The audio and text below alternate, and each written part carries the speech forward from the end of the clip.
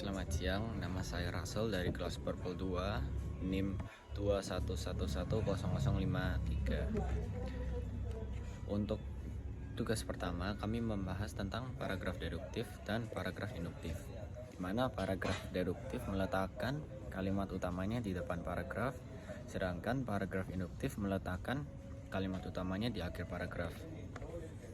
Jenis paragraf berdasarkan isi teksnya kami mempunyai 7. Yang pertama adalah paragraf narasi. Paragraf yang isinya berupa cerita tentang suatu peristiwa dengan ciri-cirinya adalah memiliki sudut pandang, alur atau jalan cerita, tokoh, dan konflik. Dan kedua, kami mempunyai paragraf argumentasi.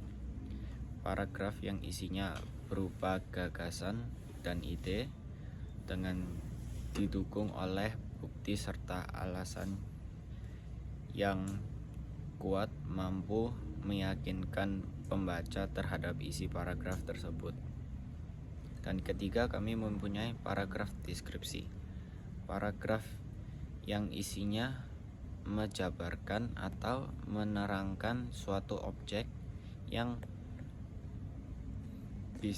berupa benda suatu tempat, hingga pembaca juga dapat memiliki gambaran terkait dengan hal yang ditulis oleh sang penulis. Dan keempat, kami mempunyai paragraf persuasi. Paragraf yang memiliki tujuan untuk meyakinkan serta membujuk para pembaca dengan dukungan oleh fakta dan bukti sehingga pembaca percaya dan dapat terpengaruh oleh tulisan yang telah dibacanya. Dan terakhir, kelima, kami mempunyai paragraf eksposisi. Paragraf yang isinya adalah pemaparan suatu fakta, teknik atau teori sehingga dapat menambah wawasan pembaca. Dan adapun ciri-ciri adalah bersifat non-fiksi atau ilmiah serta tidak memiliki maksud untuk mengaruh para pembaca serta ditulis berdasarkan fakta. Untuk prinsip-prinsip kalimat efektif kami mempunyai 7. Pertama adalah kesepadanan struktur. Kesepadanan struktur yang dimaksud adalah keseimbangan antara gagasan atau pemikiran dengan struktur bahasa yang dipakai dalam kalimat. Kedua adalah keparalelan bentuk. Kalimat efektif memiliki keseamanan bentuk dan kata yang digunakan di dalam kalimat.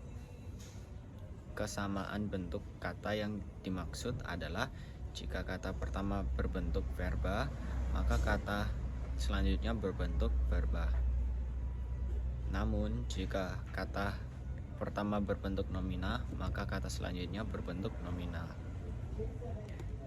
Untuk ketiga, kami mempunyai kehematan kata. Kalimat efektif tidak menggunakan kata-kata atau frasa yang tidak perlu digunakan. Pemborosan kata di dalam kalimat dapat dihindari dengan memperhatikan hal-hal baru. Keempat, kami mempunyai kecermatan.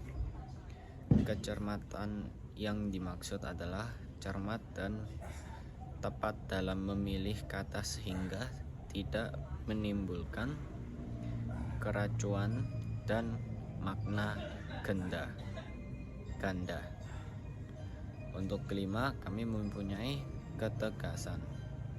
Kalimat efektif memberikan ketegasan di dalam ide pokok. Untuk keenam, kami mempunyai kepaduan. Kalimat efektif memiliki kepaduan pernyataan sehingga informasi yang disampaikan tidak terpecah-pecah. Untuk ketujuh, kami mempunyai kelogisan. Ide kalimat di dalam kalimat efektif dapat diterima atau dipandani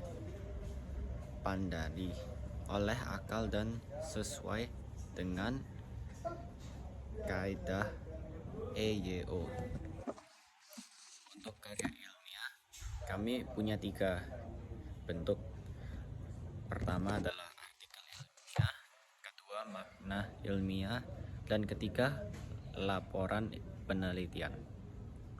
Dalam pembuatan surat, kami mempunyai 11 bagian, yaitu kepala surat, nomor surat, tanggal surat, kelampiran, lampiran, hal dan perhal surat, alamat surat, salam pembuka, isi surat,